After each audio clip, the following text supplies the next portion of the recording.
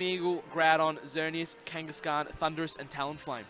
That's right. So we're going to dive straight into this. We've got these two young lads going at it in the final round, and I believe these guys are actually the two highest seeds as well going into this. So this should leave to be quite a good match. So we see from Nick, we're going to see the Kangaskhan Cresselia lead, and we've got Dom going for the Groudon Kangaskhan. So we see Amira Kangaskhan, we see a Cresselia, and then we see the Groudon. So interesting on both ends. I kind of feel that Nick has a slight advantage, being that Cresselia does have the levitate.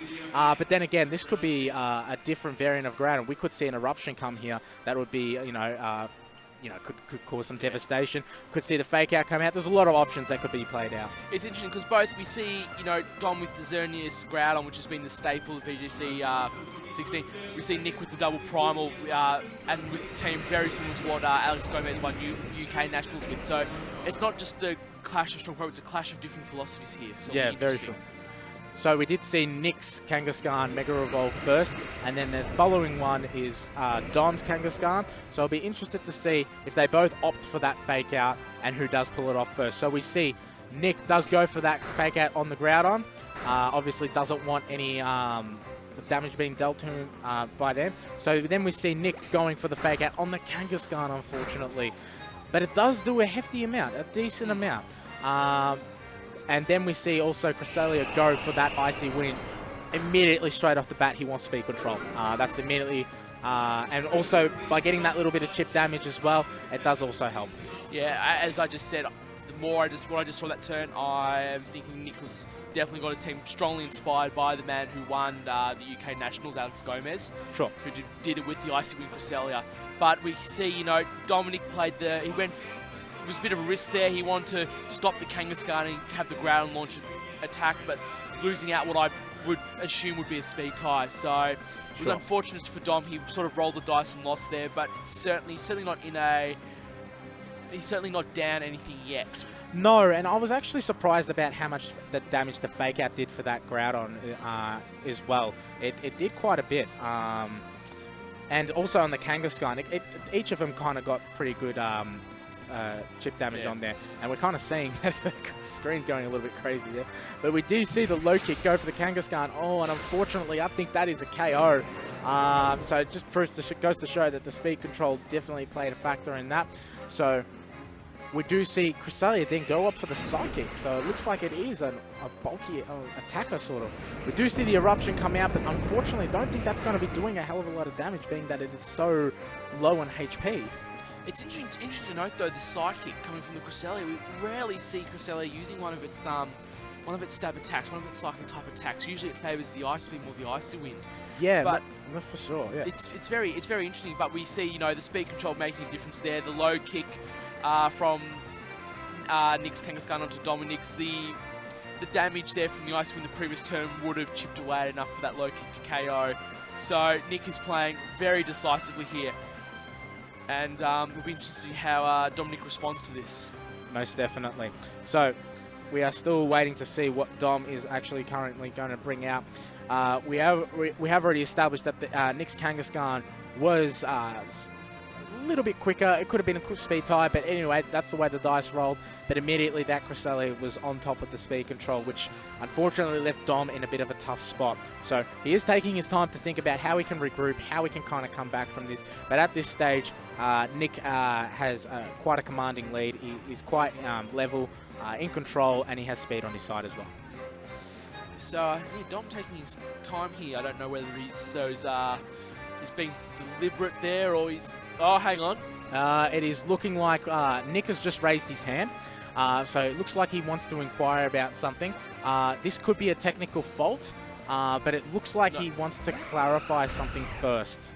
Okay, it might have been... It looks like it was like a bit of a communications... Bit of the infrared error there. But regardless, we do see Dom bring out the Xerneas. It seems like it has been all resolved now.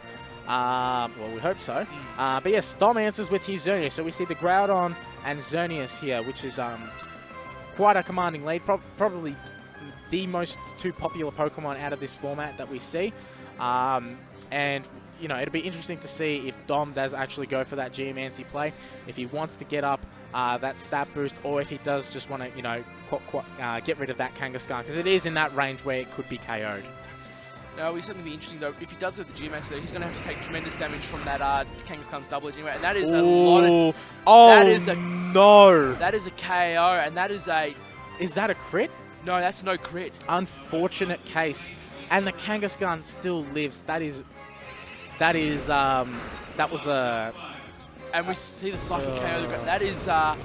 That is very unfortunate. Nick is a fantastic player, but that was very unfortunate that was able to KO that Xerneas. Last Pokemon was revealed to be the Smeargle, which, in all honesty, I don't see making a comeback unless you're getting very lucky with some sheer colds. But it can happen. It can happen. So what's the Smeargle goes for the fake out.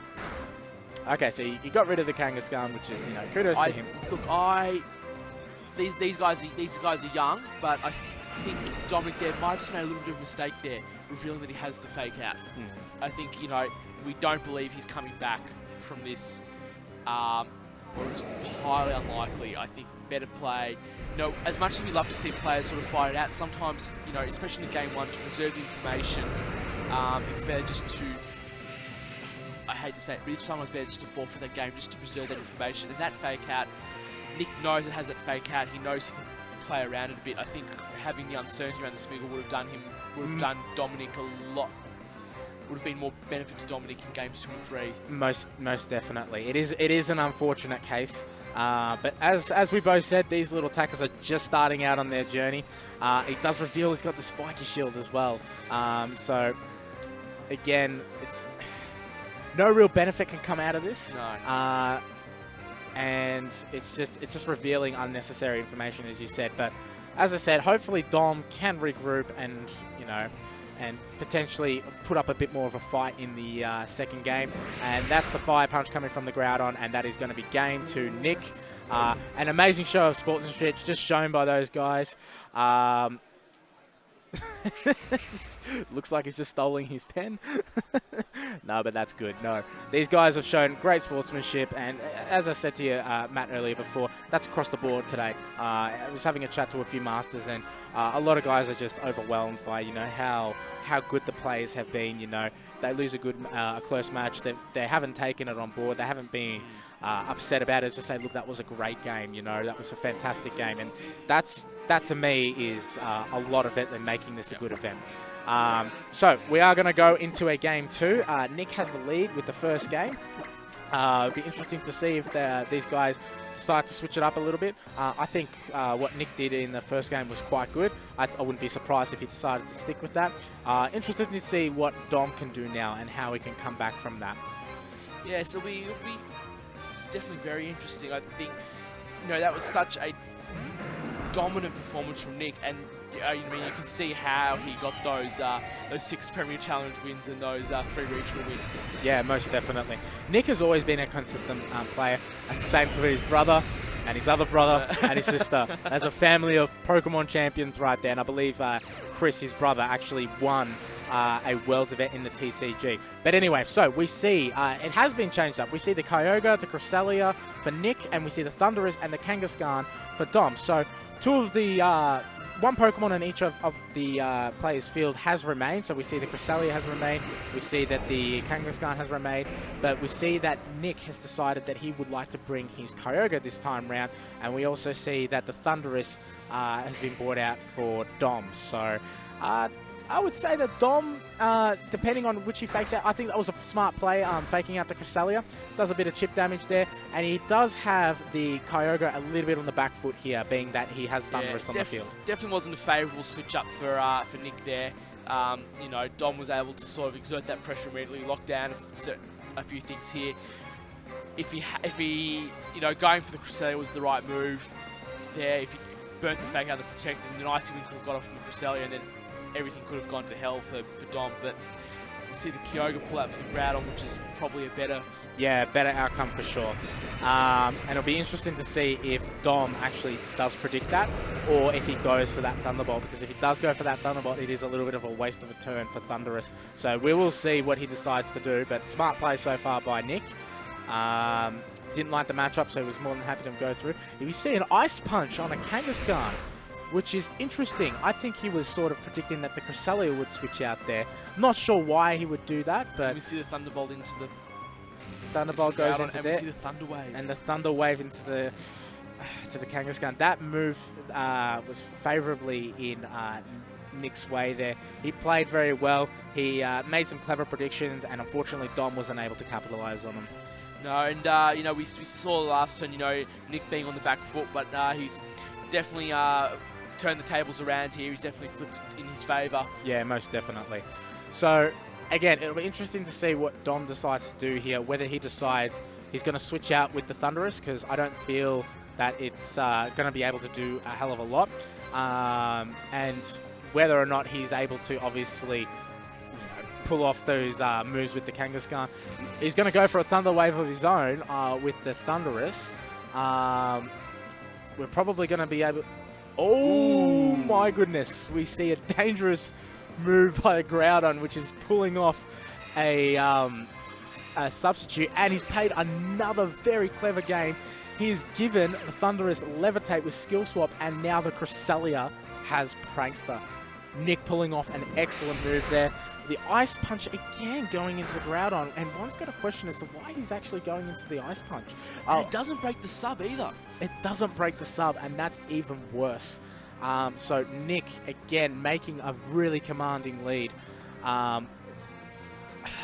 It's really unfortunate for Dom. It is, but it just shows that, you know, Nick is playing as he's a cut above everyone else, and he's showing it. He is, and that Fire Punch is just gone and KO'd that Thunderous.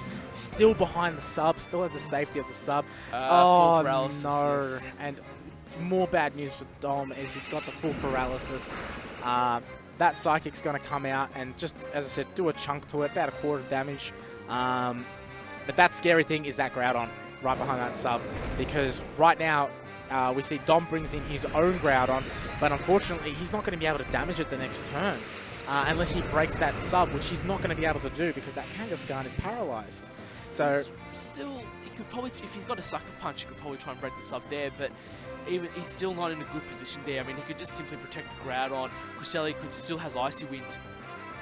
Yeah, Dom is not in a good position. He can certainly do some damage here, but he does go off for a full power eruption, which is going to do some serious damage to that Cresselia and knock it out. So he does pick up the KO. That sub does fade away. So that was a good move on Dom's end. He was able to pull it off at full power, but unfortunately now we are going to see the priceable blade of Nick's Groudon, and oh my goodness, that did a hell of a lot of damage.